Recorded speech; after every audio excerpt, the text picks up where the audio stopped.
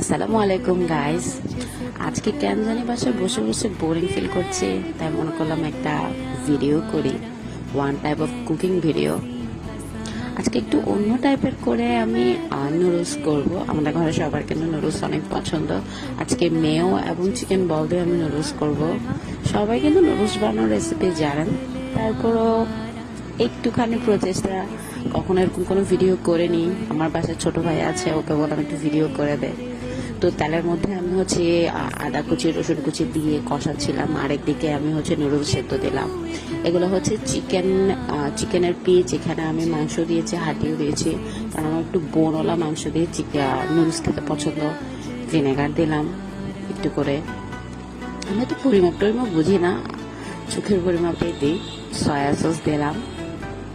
ভালো করে মাংসগুলো আগে কষাচ্ছি। রসুন এবং আদা কুচিতে আমি কোনো বাটা দিইনি, কুচি দিয়েছি। এবার একটু করে টমেটোকে পিউরি করে রাখছিলাম, তারপর লবণ দিলাম স্বাদ মতো।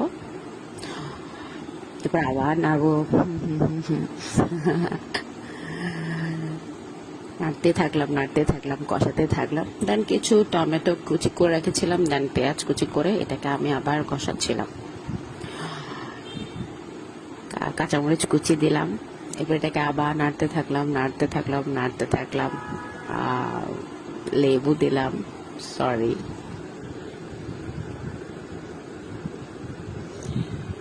সবার বাসায় কিভাবে নুডলস খায় আমি জানি না। এই হচ্ছে আমার বাসায় বানানো মেয়ে। আমি একটু লিকুইড করেছিলাম, আমি ঘন কম করেছি যাতে নুডলসটা দেবো সেজন্য। এবার এটাকে আমি একটু ভালো করে নাড়িয়ে নেবো, এটাকেও কষাবো আমি একটু। আমাদের বাসায় নুডলসটা একটু সসে খেতে পছন্দ করে, কিন্তু আজকে আমি একটু নতুনভাবে করেছি, মেও দিয়ে করেছি।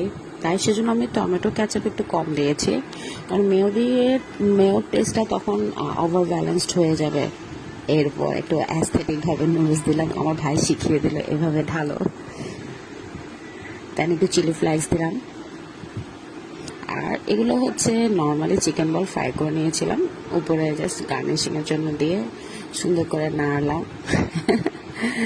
অ্যাস্থেটিক নাড়াচাড়া, একটু শেভ স্টাইলে। এরপর ঢেকে দিলাম। কতক্ষণ পর দেখবেন আমার নুডলস হয়ে গেছে। টান টানা, অনেক অনেক অনেক ইয়ামি হয়েছে।